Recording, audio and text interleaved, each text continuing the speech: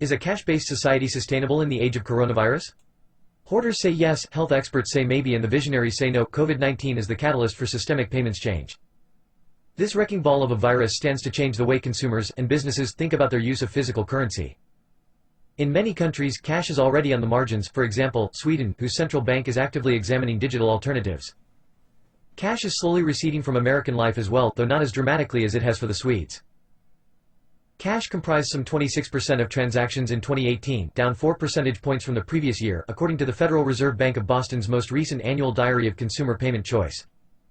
On the other side of this crisis could be a more profound shift in the way we pay for goods.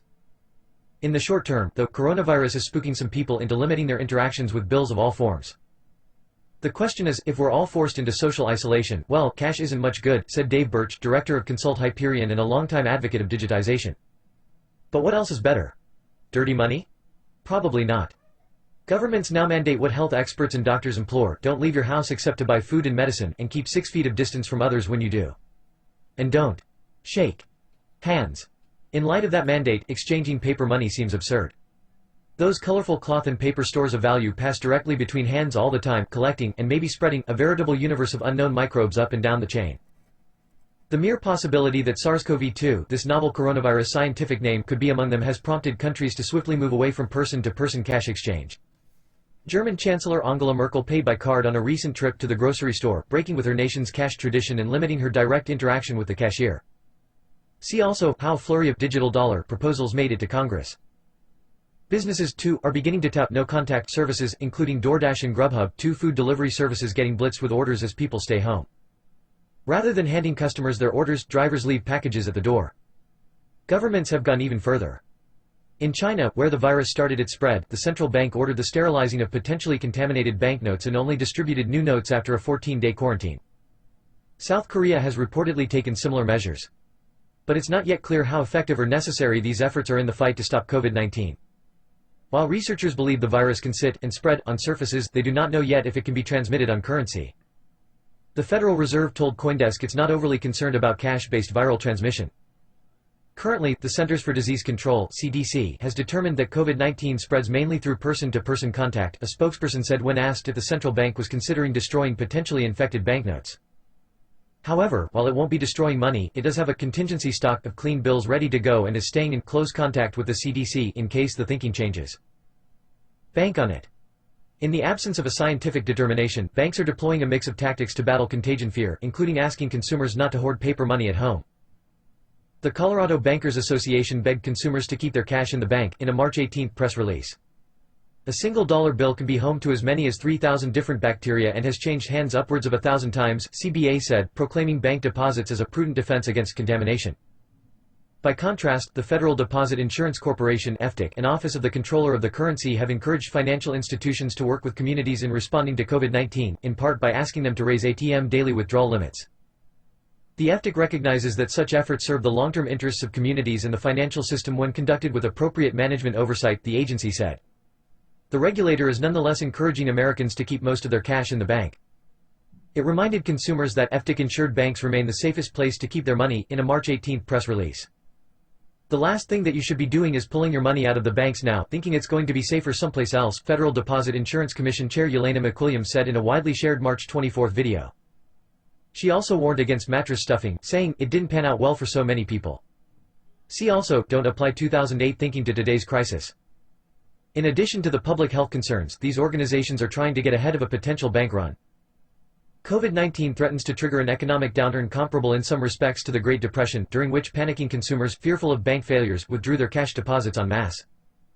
But the COVID-19 crisis is not a banking crisis, noted Jeffrey Sott, former chief investment strategist for Raymond James. There's no reason for consumers to liquidate their accounts because the banks have not been affected by COVID-19, he said. Indeed, banks in the U.S. are healthier than they were going into the last global financial crisis. According to FDIC data, the leverage ratio for all insured institutions nationwide was 9.66% on December 31, 2019, the most recent date for which figures are available. That's up from 7.81% on September 30, 2008, 2 weeks after Lehman Brothers failed. The higher the ratio, the more capital banks have to withstand losses. There's cash, and then there's cash. On a more systemic level, investors are putting their faith and credit in their banks, said Tobias Adrian, director of the International Monetary Fund's IMF Monetary and Capital Markets Department. Cash, the physical object, is now potentially contagious, but cash, the financial asset, is still a safe option, Adrian said.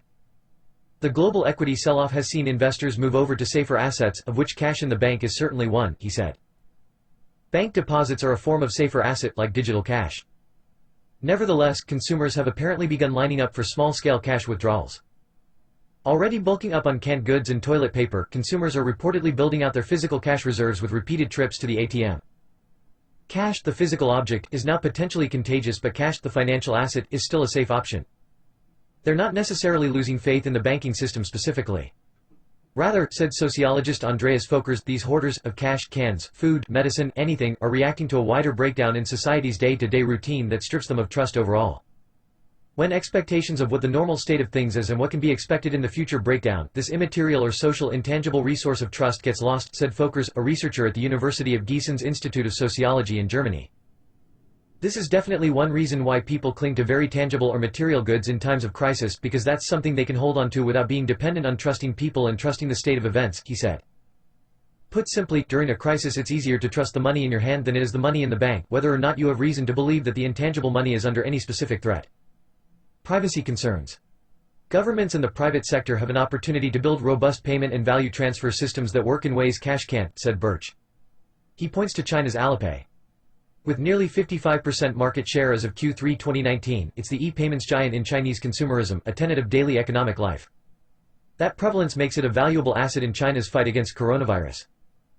A built-in Alipay health code function now assigns users a color, green, yellow or red, representing their health status.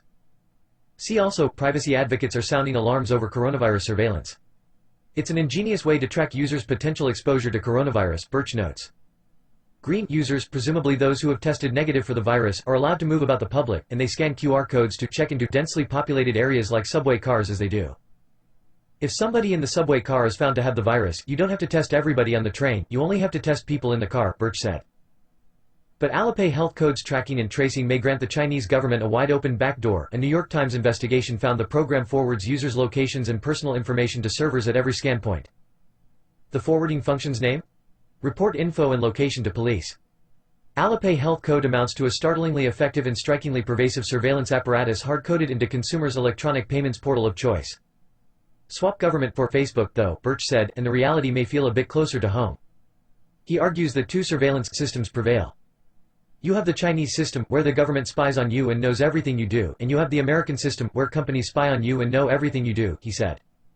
Neither of those seem, really, the best way forward. Governments and companies will have to build systems that prioritize responsible anonymity instead of exploiting people's data, Birch said. The long tail. COVID-19's most profound impact on money may come in months ahead, when it is hoped society returns to a semblance of normal as people try to resume their daily lives. One aggressive scenario envisioned by Jeff Dorman, the chief investment officer of digital asset investments firm Akka, is a sudden rush to cryptocurrency. He predicts more people will move more cash into more crypto after the pandemic, causing yet more people to do the same. It's recursive feedback. Exponential growth. An unflattened curve. COVID-19 is just one more step in that acceleration process, Dorman said, acknowledging that pinpointing any one tipping point is next to impossible. Everything from people being scared of their own currencies because of all the money printing that's going on, that might move more people into a Bitcoin or a Tether. The people afraid of physical cash, that might move more people into a Bitcoin or a Tether. Sooner or later, when you know everyone owns it, you just start making payments with it, he said. A slightly more mainstream prediction is that COVID-19 will push governments to more seriously consider digital payment alternatives. Governments may well leverage this crisis to move in the direction of a cashless society, said Jason Shu, former legislator with the Taiwanese government who now advises on policy. See also, U.S. Senate floats digital dollar bill after House scrubs term from coronavirus relief plan. He's advocating Taiwan take a radical stance on government cryptocurrency, a central bank digital currency, in the face of this crisis, especially when it comes to disseminating Taiwan's $2 billion coronavirus stimulus package, a rescue effort on par with that of other virus-shattered economies.